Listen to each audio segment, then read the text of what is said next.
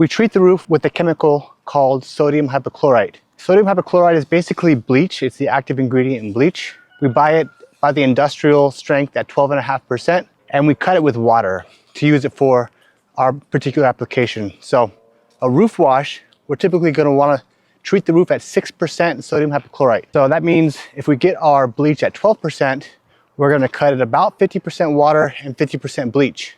That's about 6% sodium hypochlorite. You can see that we aren't able to get all of the moss off just by brushing.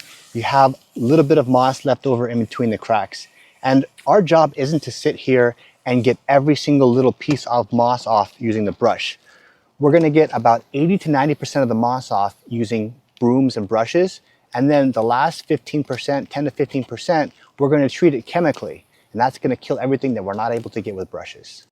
Here's Shane treating the roof with our soft wash system, and here's a cool shot of the roof misting up in the sun. So you can see after we spray it, it all starts to turn white. And that's how you know that the bleach is working and that the organic material is dying off.